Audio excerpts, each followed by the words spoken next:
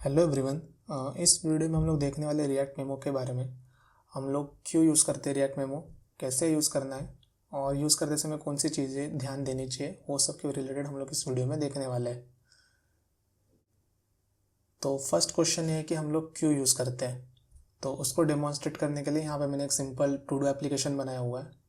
तो यहाँ पे हम लोग टास्क एंटर करेंगे, यहाँ पे डेट डालेंगे और यहाँ पे इम्पोर्टेंट है कि नहीं ये सिलेक्ट करेंगे और ऐड के ऊपर क्लिक करेंगे।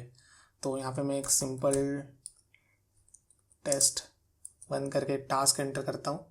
यहाँ पे मैं डेट सिलेक्ट करता हूँ और यहाँ पे इम्पोर्टेंट है ऐसे मार्क करके ऐड के ऊपर क्लिक करता हूँ।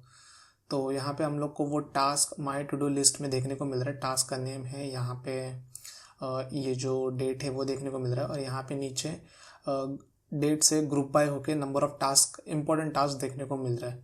सिमिलरली मैं एक और टास्क ऐड करता हूँ टेस्ट 2 करके, date suppose same date select करता हूँ और यहाँ पे इम्पोर्टेंट नहीं मार्क कर रहा हूँ और अभी ऐड के ऊपर क्लिक करूँ तो यहाँ पे मेरे को ये ब्लॉक लेवल टास्क नहीं, ये नॉर्मल सिर्फ इसमें सिर्फ आउटलाइन ही है, तो ये डिनोट करता है कि इम्पोर्टेंट नहीं है। तो ऐसा हम लोग का एक सिंपल एप्लीकेशन है। इसका मैं आपको कोड वॉक थ्रू करके दिखा देता हूँ। तो यहाँ पे VS कोड में आते हैं, src app.js है, यहाँ से हम लोग का कोड स्टार्ट होता है। तो यहाँ पे ऐप कंपोनेंट है और मैंने कंपोनेंट के हर एक लाइन में स्टार्टिंग में एक लॉग लगाया हुआ है ताकि हम लोग चेक कर पाए ये कंपोनेंट कब और कितनी बार रेंडर हो रहा है। यहाँ पे जो हम लोग के 3 स्टेट वेरिएबल्स है, टास्क, डेट और इम्पोर्टेंट, उसके रिलेटेड 3 स्टेट वेरिएबल्स है और यहाँ पे एक टू डू का एरे है। इसके नीचे अपना हैंडल ऐड फंक्शन है जो कि ऐड के बटन के ऊपर क्लिक करने के बाद कॉल होता है। इसके बाद बैनर कंपोनेंट है जो कि ये जो माई टू डूज ऐप है इसका बैनर है, उसके रिलेटेड ये बैनर कंपोनेंट है। उसके बाद ये जो फॉर्म है टास्क, डेट और इम्पोर्टेंट, वो यहाँ पे फॉर्म टैग के अंदर है, तो इसको मैं कोलैप्स कर देता हूँ। इसके बाद हम लोग के पास है टू डू लिस्ट कंपोनेंट जो कि ये पूरा my to do list render करता है। और उसके बाद है ये important to do list by date, जहाँ पे हम लोग डेट से ग्रुप बाय करके number of important task show कर रहे हैं। तो ऐसे total basically banner, to do list और इम्पोर्टेंट लिस्ट और ऐप, ऐसे 4 कंपोनेंट है। और यहाँ पे कंपोनेंट्स में जाके आपको दिखा दो तो बैनर सिंपल एक हेडर रिटर्न करता है।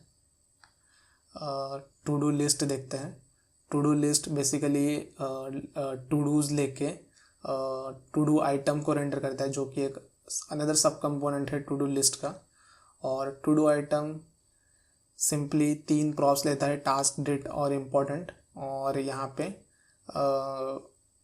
लिस्ट आइटम को रेंडर करता है।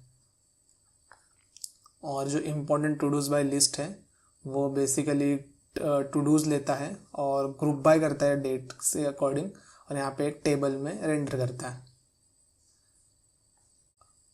तो इस बेसिक एप्लीकेशन में इशू क्या है ये देखने के लिए मैं क्रोम डेव टूल्स ओपन करता हूँ और मेक श्योर कीजिएगा कि आप रिएक्ट डेव टूल्स जो एक क्रोम एक्सटेंशन है वो आप इंस्टॉल कर लीजिए आपके ब्राउज़र में। तो यहाँ पे मैं जाता हूँ एडिशनल टैब्स में, तो यहाँ पे मेरे को कंपोनेंट्स और प्रोफाइलर ये 2 टैब देखने को मिलेगा जब आप वो एक्सटेंशन इंस्टॉल करोगे। तो यहाँ पे मैं कंपोनेंट्स में जाता हूँ और यहाँ पे सेटिंग के आइकन के ऊपर क्लिक करता हूँ। यहाँ पे आप जनरल में आएंगे और इस चेक बॉक्स को एनेबल कर दीजिए, highlight updates when component render. तो जब भी आपके कंपोनेंट्स रेंडर या फिर री रेंडर हो जाएंगे तो यहाँ पे रिएक्ट आपके कंपोनेंट्स को एक्सप्लिसिटली यहाँ पे हाईलाइट कर देगा, सो दैट आप इजीली समझ पाओगे कौन से कंपोनेंट्स री रेंडर हो रहे हैं बार बार। तो इसको मैं क्लोज करता हूँ और मैंने कंसोल लॉग तो ऐड किया हुआ ही है जो कि हेल्प करेगा हम लोग को चेक करने के लिए। और अब मैं एक और टास्क ऐड करता हूँ और आप देखना कि कौन से कंपोनेंट री रेंडर हो रहे हैं। तो यहाँ पे मैं टास्क 3 ऐड कर रहा हूँ। तो जैसे कि आप देख पा रहे हैं हर एक कंपोनेंट, यहाँ पे बैनर भी रेंडर हो रहा है, उसके साथ साथ यहाँ पे ऐप तो रेंडर हो ही रहा है, यहाँ पे टू डू लिस्ट हो रहा है, यहाँ पे दोनों टू डू आइटम रेंडर हो रहे हैं और यहाँ पे इम्पोर्टेंट टू डूज का भी कंपोनेंट रेंडर हो रहा है और सेम हम लोग को कंसोल में भी देखने को मिल रहा है। तो जैसे ही मेरी यहाँ पे स्टेट चेंज हो रही है ऐप के अंदर, तो उसके नीचे के सारे कंपोनेंट्स, ये बैनर हो गया, ये टू डू लिस्ट हो गया, और टू डू लिस्ट हो गया इसीलिए टू डू आइटम भी हो गया, और यहाँ पे जो इम्पोर्टेंट टू डूज़ का कंपोनेंट है ये भी री रेंडर हो रहा है। क्यों? क्योंकि ऐप री रेंडर हो रहा है। और ऐप क्यों री रेंडर हो रहा है? क्योंकि यहाँ पे मैं वन ऑफ द स्टेट जो है टास्क वो चेंज कर रहा हूँ। अगर ऐसे ही मैं अगर डेट सेलेक्ट करने जाऊँ तो भी री रेंडर हो रहा है। लेकिन आप ध्यान देना, डेट के अंदर जहाँ पे अगर मैं मंथ भी चेंज करने की कोशिश कर रहा हूँ तो भी वो काफ़ी फ्रिक्वेंटली सारे कंपोनेंट्स को रेंडर कर रहा है। तो आप देख पा रहे, ये बहुत बड़ा परफॉर्मेंस इशू है मेरे एप्लीकेशन के अंदर कि अगर मैं सिर्फ डेट वगैरह भी चेंज कर रहा हूँ या स्टेट कोई भी चेंज हो रही है तो मेरे सारे कंपोनेंट्स अननेसेसरीली री रेंडर हो रहे हैं। सिमिलरली चेक बॉक्स के ऊपर चेक या अनचेक करूँ तो भी ये कंपोनेंट्स री रेंडर हो रहे हैं। तो ये जो अननेसेसरी कंपोनेंट री रेंडर हो रहे हैं उसको सॉल्व करने के लिए रिएक्ट ने इंट्रोड्यूस किया है मेमो फंक्शन।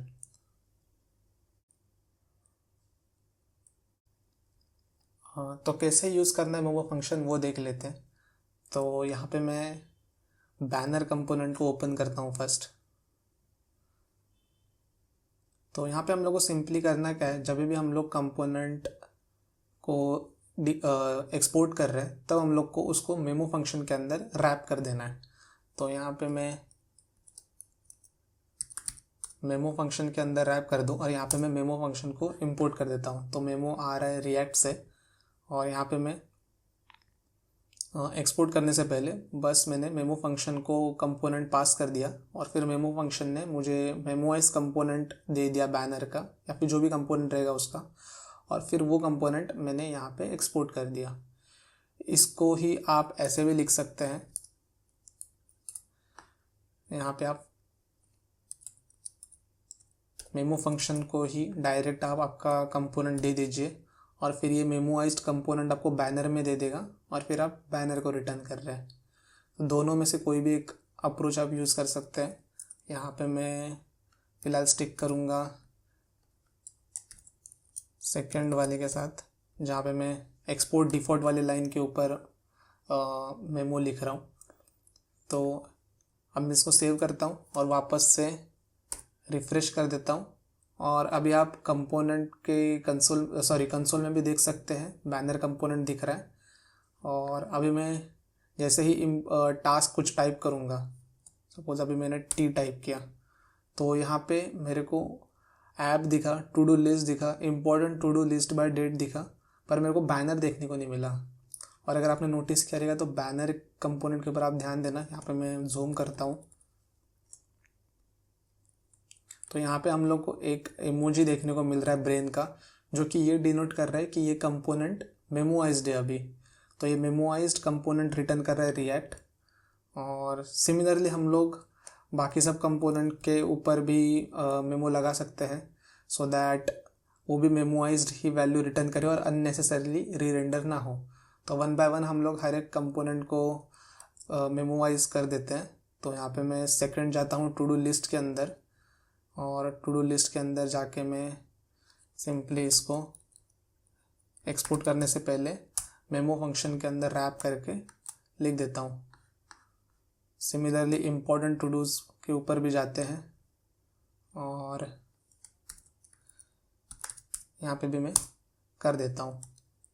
सेव कर दिया, अभी रिफ़्रेश कर देता हूँ। तो इनिशियली तो सभी कंपोनेंट्स लॉग हो रहे हैं क्योंकि वो इनिशियल तो रेंडर हो ही जाएगा। अभी आप वापस से ध्यान देना, हर एक कंपोनेंट के रेंडर के नाम के इधर ब्रेन का सिंबल आपको देखने को मिला है, जो कि डिनोट करता है कि वो मेमोवाइज्ड कंपोनेंट रिटर्न हो रहा है अभी, और आपका कंपोनेंट यहाँ पे लॉग होता हुआ नहीं दिखेगा अननेसेसरीली, मतलब री रेंडर होता हुआ नहीं दिखेगा। तो यहाँ पे मैं टास्क 2 करूँ तो यहाँ पे आपने देखा कि टू डू लिस्ट और ये इंपॉर्टेंट टास्क, ये दोनों के ऊपर हम लोग को मेमोवाइज वाला आइकन देखने को मिल रहा है। और यहाँ पे ऐप ही री रेंडर हो रहा है, जो कि होना चाहिए। बेसिकली उसका स्टेट चेंज हुई है तो ऐप तो री रेंडर होना ही चाहिए, लेकिन उसके चिल्ड्रंस जो अननेसेसरीली पहले री रेंडर हो रहे थे वो अभी नहीं हो रहे। तो यहाँ पे मैं डेट सेलेक्ट करता हूँ, सपोज 30 है, और टास्क 1 और इम्पोर्टेंट के ऊपर क्लिक करता हूँ और मैं ऐड के ऊपर क्लिक करता हूँ। तो जैसे कि आपने देखा अभी टास्क 1 ऐड हो गया। सिमिलरली अभी मैं टास्क 2 करता हूँ। आप ध्यान देना ये इसके ऊपर अभी टास्क 1 वाले के ऊपर, और मैं चाहे तो लॉग भी क्लियर कर देता हूँ। सेम 30 का इम्पोर्टेंट नहीं करता हूँ अभी, और ऐड के ऊपर क्लिक करता हूँ तो आप लॉग भी देख सकते हैं और यहाँ पे इसके ऊपर क्या हाईलाइट हो रहा है वो भी देख सकते हैं एक्सप्लिसिटली। तो ये टू डू आइटम भी हाईलाइट हो गया। तो ये क्यों हुआ? तो जैसे ही बेसिकली यहाँ पे मेरे टू डूज चेंज हो गए तो माई टू डू लिस्ट री रेंडर हो गया। माई टू डू लिस्ट री रेंडर हो गया तो उसके सारे चिल्ड्रंस वापस से री रेंडर हो गए। और टू डू लिस्ट के चिल्ड्रंस कौन है? To do item. और टू डू आइटम जो है वो मेमोइज्ड नहीं है, तो ये मेमोइज नहीं होने की वजह से री रेंडर हो रहा है। तो यहाँ पे हम लोग को इसको भी मेमोइज करना पड़ेगा, और मेमो आएगा रिएक्ट से। तो मैं सेव करता हूँ। तो अभी मैं वापस 2 टास्क ऐड कर देता हूँ। तो यहाँ पे क्विकली मैं टेस्ट 1 को कर देता हूँ ऐड, और अभी जब टेस्ट 2 करूँगा तो हम लोग को ये जो टेस्ट 1 पहले के केस में री रेंडर होता हुआ देखने को मिल रहा था वो अभी देखने को नहीं मिलेगा। तो जैसे कि आपने देखा अभी ये वाला कंपोनेंट री रेंडर नहीं हुआ, और वही हम लोग को यहाँ पे भी देखने को मिल सकता है। ये जो टू डू आइटम 1 है ये टेस्ट 2 का है, ना कि टेस्ट 1 का। तो ऐसे आप अननेसेसरी जो कंपोनेंट री रेंडर हो रहे हैं उसको प्रिवेंट कर सकते हैं आपके एप्लीकेशन के अंदर। तो ये बेसिकली वर्क कैसे करता है वो भी समझ लेते हैं। तो मेमो आपके प्रीवियस प्रॉप्स और करंट प्रॉप्स को कंपेयर करता है। तो जैसे बैनर के केस में कोई भी प्रॉप्स नहीं है तो यहाँ पे प्रीवियस प्रॉप्स भी एम्प्टी है और करंट प्रॉप्स भी एम्प्टी है, तो ये कंपोनेंट कभी भी री रेंडर नहीं करेगा अब। लेकिन जैसे टू डू लिस्ट के केस में देखते हैं तो यहाँ पे हम लोग के पास टू डूज प्रॉप्स है, और यहाँ पे मैं ऐप में जाऊँ तो यहाँ पे हम लोग टू डूज प्रॉप्स पास कर रहे हैं, और जब ये टू डूज चेंज हो जाएंगे तब ही ये कंपोनेंट री रेंडर होगा टू डू लिस्ट। और टू डूज चेंज कब हो रहे? जब मैं ऐड के ऊपर क्लिक कर रहा हूँ तो यहाँ पे मैं नए टू डूज सेट कर रहा हूँ, इसकी वजह से ये टू डूज चेंज हो रहे हैं। और ये टू डूज चेंज तब होंगे जब मैं ऐड के ऊपर क्लिक कर रहा हूँ। तो उसके अलावा जब भी बाकी और स्टेट अपडेट की वजह से मेरा ऐप कंपोनेंट री रेंडर होगा तो ये इसके साथ साथ टू डू लिस्ट को भी नहीं करेगा, क्योंकि टू डूज चेंज नहीं हुआ है। सिमिलरली इंपॉर्टेंट टू डूज के लिए है। तो जैसे ही आपके प्रॉप्स चेंज हो जाएंगे तो रिएक्ट आपका कंपोनेंट को री रेंडर करेगा। फॉर एग्जांपल यहाँ पे टू डू आइटम है। यहाँ पे एग्जांपल के लिए मैंने टू डू आइटम के पास 3 प्रॉप्स है, टास्क, डेट और इज इम्पोर्टेंट। तो टास्क में हम लोग ने सिंपल स्ट्रिंग पास की है, डेट में यहाँ पे एक डेट है, और इज इम्पोर्टेंट फ्लैग में हम लोग ने यहाँ पे बुलियन ट्रू भेजा है। तो सपोज फर्स्ट रेंडर पे यहाँ पे हम लोग को ये वाला कंपोनेंट रेंडर हो गया। सपोज एनी कॉज की वजह से टू डू लिस्ट जो है वो री रेंडर हो रहा है, जो कि टू डू आइटम को भी री रेंडर कर रहा है with this values. Again same है, टास्क, डेट और इज इम्पोर्टेंट। तो रिएक्ट क्या चेक करता है? रिएक्ट चेक करता है कि दोनों री रेंडर के बीच में नंबर ऑफ प्रॉप्स सेम है क्या। तो पहले भी 3 प्रॉप्स थे, टास्क, डेट और इज इम्पोर्टेंट। अभी भी 3 प्रॉप्स है, task, date and is important. तो एक क्राइटेरिया पास हो गया। सेकंड क्राइटेरिया ये है कि दोनों के वैल्यूज सेम है क्या अभी भी। तो यहाँ पे टास्क की वैल्यू भी सेम है, डेट की वैल्यू भी सेम है, इज इम्पोर्टेंट की वैल्यू भी सेम है। तो यहाँ पे इस केस में रिएक्ट कंपोनेंट को री रेंडर नहीं करेगा, वो इस टाइम वाला जो मेमोइज्ड कंपोनेंट है वही रिटर्न करेगा, ना कि वापस से आपके कंपोनेंट को कॉल करेगा और री रेंडर करेगा। लेकिन सपोज कोई और सिनेरियो की वजह से वापस आपका टू डू लिस्ट री रेंडर हो रहा है, जो कि टू डू आइटम को री रेंडर करा रहा है क्योंकि उसका चाइल्ड है, और इस बार वो ये प्रॉप्स पास कर रहा है, टास्क 1, डेट ये है, और इज इम्पोर्टेंट फ्लैग ट्रू से फॉल्स हो गया है। तो इस केस में रिएक्ट वापस से चेक करेगा कि नंबर ऑफ प्रॉप्स सेम है क्या पहले और अब के केस में। तो पहले के केस में 3 थे, अभी भी 3 ही हैं, टास्क, डेट और इज इम्पोर्टेंट। फिर से 1 बाय 1 हर एक के प्रॉप्स के वैल्यूज चेक करेगा कि टास्क का वैल्यू सेम है क्या, तो हाँ है, डेट का है क्या, तो हाँ है। इज इम्पोर्टेंट का वैल्यू है क्या, नहीं, तो इस केस में चेंज हो गया है, तो रिएक्ट आपके कंपोनेंट को रीरेंडर करेगा इस फेज में। तो ऐसे बेसिकली प्रॉप्स का कंपैरिजन होता है, और अगर प्रॉप्स के लेंथ या फिर प्रॉप्स के कोई भी प्रॉप्स का एक पर्टिकुलर वैल्यू अगर आपका चेंज हो गया है तो उस केस में आपका कंपोनेंट रीरेंडर होगा। लेकिन यहाँ पे मैंने प्रिमिटिव वैल्यूज़ दिखाया आपको, जैसे कि स्ट्रिंग हो गया या फिर बुलियन हो गया या फिर नंबर हो गया, उस केस में रिएक्ट ऑब्जेक्ट डॉट इज जो फंक्शन है उसको यूज़ करके कंपैरिजन करता है। तो उसकी वजह से क्या होता है, जो आपके रेफरेंस टाइप वेरिएबल्स होते हैं जैसे कि एरे हो गया, ऑब्जेक्ट हो गया या फंक्शन हो गया, तो ये जो रेफरेंस टाइप वेरिएबल्स है उसका आपको रेफरेंस परसिस्ट करना पड़ता है। तो उसके लिए यहाँ पे रिएक्ट ने आपको यूज़ मेमो और यूज़ कॉल बैक ये जो हुक्स प्रोवाइड किया है उस पर्टिकुलर चीज़ को हैंडल करने के लिए, तो उसको इन डेप्थ अगर हम लोग अलग वीडियो में देखने वाले हैं नेक्स्ट वीडियो में। लेकिन यहाँ पे हम लोग बेसिकली फोकस हम लोग का ये है कि हम लोग प्रिमिटिव वैल्यूज़ के साथ कैसे इसको ऑप्टिमाइज़ कर सकते हैं। वो भी सेम ही वर्क करेगा प्रिमिटिव वैल्यूज़ जैसे, वो भी ऑब्जेक्ट डॉट इज कंपेरिजन के थ्रू ही जाएगा, लेकिन उनको हैंडल करने के लिए दो अलग से हुक प्रोवाइड किए गए हैं।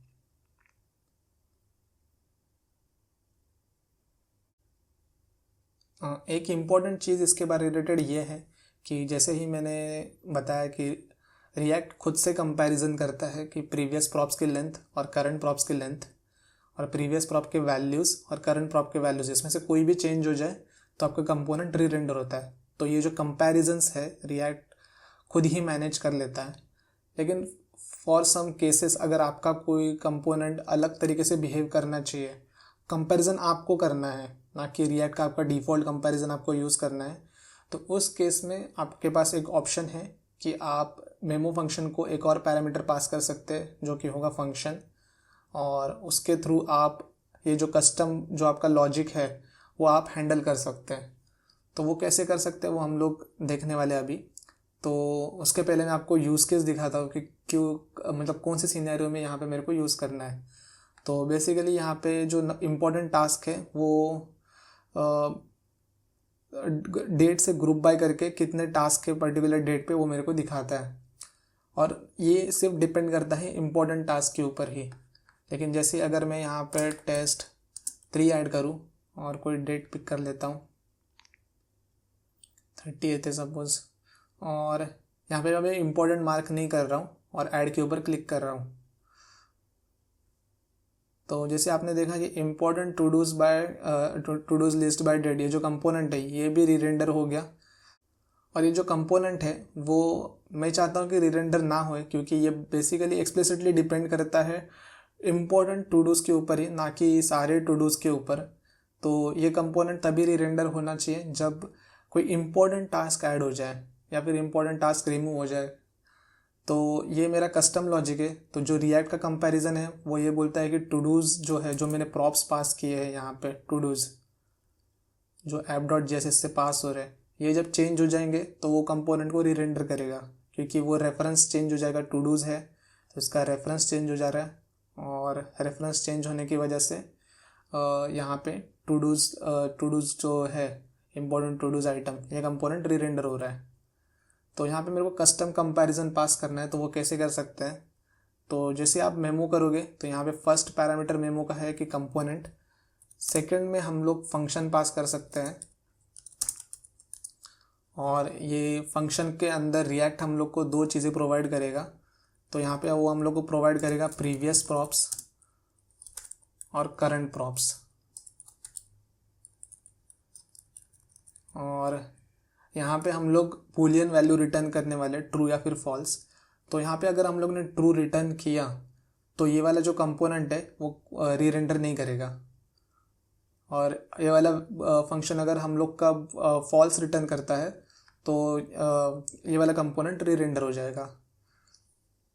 तो यहाँ पे मैं डायरेक्टली हार्ड कोर कर देता हूँ रिटर्न ट्रू, और यहाँ पे मैं कंसोल लॉग लगा देता हूँ previous props comma current props, और स्ट्रिंग भी ऐड कर देता हूँ सो दैट हम लोग आइडेंटिफाई कर पाए इजीली। मैं रिफ्रेश करता हूँ, कुछ टास्क ऐड कर देता हूँ। अब जैसे मैं ऐड के ऊपर क्लिक करूँगा तो ये वाला कंपोनेंट देखो कॉल हो गया। यहाँ पे हम लोग का कंपोनेंट अभी इस बार रीरेंडर नहीं हुआ क्योंकि यहाँ पे मैंने डायरेक्टली बोला है रिटर्न ट्रू। तो जैसे ही कंपोनेंट रीरेंडर करने की बारी आएगी, अब रिएक्ट खुद से कंपैरिजन नहीं कर रहा है, वो हम लोग के ऊपर रिलाई कर रहा है। वो हम लोग के ये फंक्शन को प्रीवियस प्रॉप्स और करंट प्रॉप्स ये दोनों पास करेगा, हम लोग कंपैरिजन करेंगे और हम लोग रिएक्ट को बताएंगे कि कंपोनेंट रीरेंडर होना चाहिए कि नहीं। यहाँ पे मैंने डायरेक्टली हार्ड कोड करके ट्रू बोला है, तो वो कोई भी केस में रीरेंडर नहीं होने वाला अब। तो यहाँ पे हम लोग को प्रीवियस प्रॉप्स और करंट प्रॉप्स देखने को मिल रहे हैं। तो प्रीवियस प्रॉप्स में देखो आप, टू डूज जो है उसका एरे का साइज़ 0 है, जो कि इनिशियली था ही। और जैसे ही मैंने एक टू डू ऐड कर दिया तो यहाँ पे टू डूज का जो अभी का साइज़ है वो हम लोग को 1 देखने को मिलता है और उसके अंदर ये टू डू है टेस्ट 1। तो मेरे को क्या सिंपली क्या चेक करना है कि अगर प्रीवियस में टू डूज का साइज़ क्या है, इम्पोर्टेंट टू डूज का बेसिकली, करंट में इम्पोर्टेंट टू डूज का साइज़ क्या है, और दोनों अगर सेम है तो मेरे को रीरेंडर नहीं करना है क्योंकि इम्पोर्टेंट टू डू ऐड ही नहीं हुआ है। और अगर चेंज हो रहा है तो मेरे को कंपोनेंट को रीरेंडर करना है। तो ये मेरा कस्टम लॉजिक है। तो यहाँ पे मैं बीच में क्या करूँगा, मैं फर्स्ट फिगर आउट करता हूँ कि मेरे को important to dos previous props में से चेक करना है। तो previous important to dos is equal to, यहाँ पे मैं previous props dot to dos dot reduce function को यहाँ पे मैं यूज़ कर देता हूँ। यहाँ पे एक्यूमुलेटर आ जाएगा मेरा, यहाँ पे इंडिविजुअल टू डू आइटम, और इनिशियली 0 रहेगा काउंट। यहाँ पे मैं चेक करूँगा if two do dot is important, तो यहाँ पे मैं एक्यूमुलेटर +1 ये वैल्यू रिटर्न करूँगा, एल्स रिटर्न करूँगा एक्यूमुलेटर। सिमिलरली मेरे को करंट के लिए भी करना है, और यहाँ पे प्रीवियस प्रॉप्स नहीं आएगा, यहाँ पे करंट प्रॉप्स आएगा। तो दोनों का लॉजिक सेम है।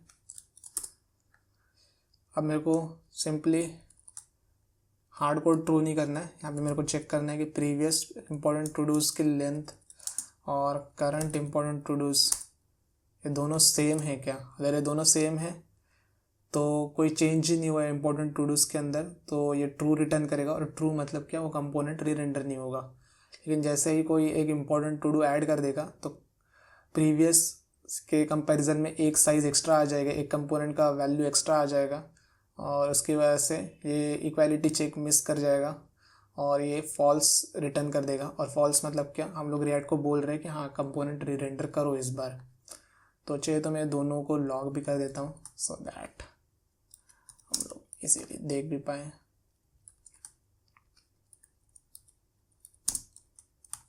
और इसको सेव कर देते हैं, रिफ्रेश, टू डू ऐड करता हूँ। अब मैं इम्पोर्टेंट के ऊपर क्लिक करता हूँ और ऐड के ऊपर क्लिक कर रहा हूँ। तो आप देखना अभी यहाँ पे उसने हम लोग के पहले कंपैरिजन फंक्शन को कॉल किया और प्रीवियस प्रॉप्स और करंट प्रॉप्स पास किए। हम लोग ने कंपेयर किया कि प्रीवियस इंपॉर्टेंट टू डूज 0 थे, करंट में 1 है, तो हम लोग ने रिएक्ट को बोला कि कंपोनेंट रीरेंडर करो, तब जाके उसने कंपोनेंट को रीरेंडर किया।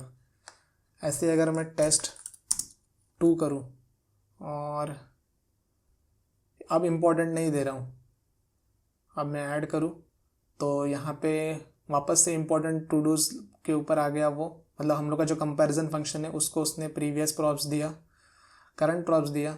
प्रीवियस में 1 था, अभी 2 है, लेकिन जो सेकंड जो होगा वो इज़ इम्पोर्टेंट फॉल्स होगा। इसकी वजह से यहाँ पे हम लोग के जो प्रीवियस इंपॉर्टेंट टू डूज का साइज़ है और करंट इंपॉर्टेंट टू डूज का साइज़ है वो सेम ही है, तो दोनों 1 है। तो हम लोग ने रिएक्ट को बोला कि कंपोनेंट को रीरेंडर ना करे क्योंकि वो ट्रू रिटर्न किया हम लोग ने, तो इसीलिए आपको यहाँ पे वो लॉग देखने को नहीं मिलेगा और यहाँ पे वो हाईलाइट भी नहीं होगा वो कंपोनेंट।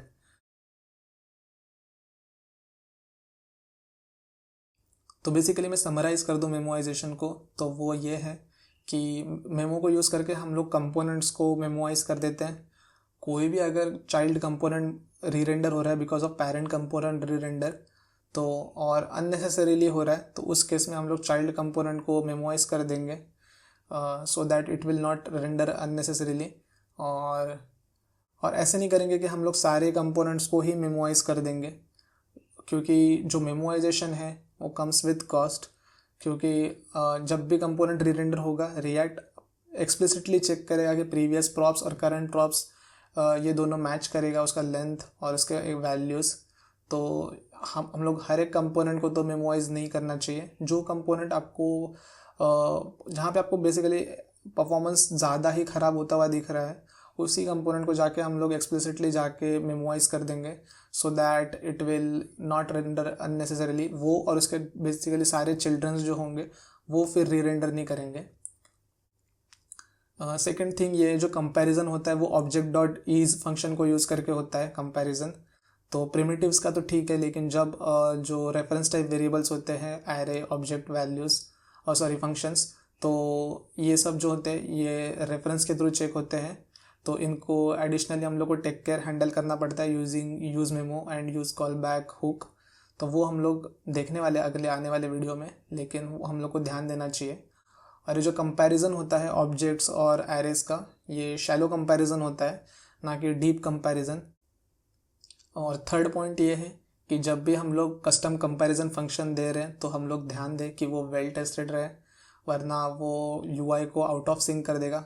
क्योंकि आपका स्टेट तो अपडेट हो रहा है, लेकिन फिर आप आर इक्वल जो फंक्शन है जो सेकंड पैरामीटर में हम लोग पास करते हैं, जहाँ पे रिएक्ट हम लोग को प्रीवियस प्रॉप्स और करंट प्रॉप्स प्रोवाइड करता है और हम लोग रिएक्ट को रेकमेंड करते हैं, बोलते हैं बेसिकली कि ये कंपोनेंट री रेंडर होना चाहिए कि नहीं। तो अगर आपने गलत वैल्यू रिटर्न कर दिए वहाँ पे ट्रू की जगह पे फॉल्स या फॉल्स की जगह पे ट्रू जो भी रहेगा, तो आपका कंपोनेंट या तो अननेसेसरीली री रेंडर हो जाएगा या तो री रेंडर होगा ही नहीं। तो ये सब चीज़ें आपको ध्यान देनी चाहिए जब आप खुद से कस्टम कंपैरिजन कर रहे हो। तो आई होप आपको रिएक्ट मेमो के बारे में समझ में आ गया रहेगा। अगर आपको वीडियो अच्छा लगा रहेगा तो लाइक करें, शेयर करें, सब्सक्राइब करें। Thank you.